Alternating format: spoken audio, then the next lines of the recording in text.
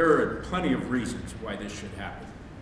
You certainly can look at the fallen Marines that represent the latest conflicts we're in, and the recognition that they are in the Marine Corps, and the recognition that they're part of the service they joined and they held dear and gave the ultimate sacrifice for. It's also important to understand this is not just a gesture of kindness toward the Marine Corps, or a recognition of what we've done in the past.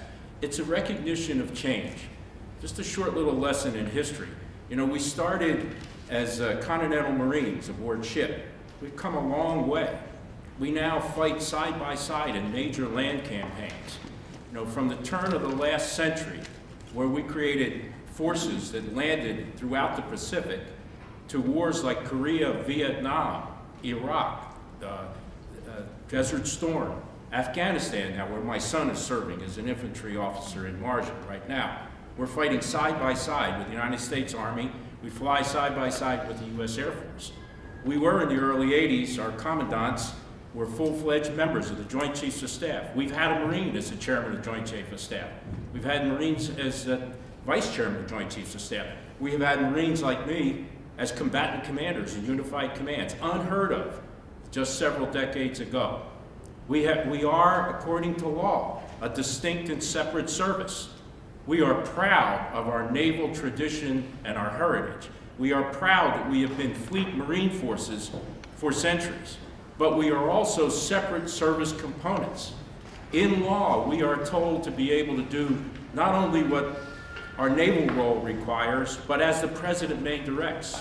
Marines have led operations.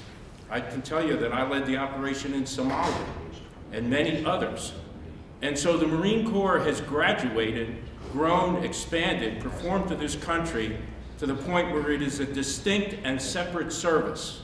Yet it is the only service that doesn't have any recognition in a military department. And I think beyond the sacrifice, beyond what we owe in terms of identity to our Marines throughout 235 years and what they've given, there needs to be a recognition of what the Marines have become and what they do. And if my son's in Marja fighting, this gesture to recognize what he is part of and what he has done, to me, is critical.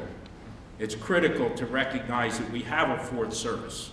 It is a full paid-up member, and it needs that recognition at the departmental level.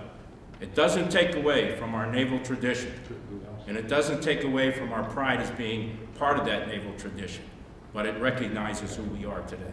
Thank you.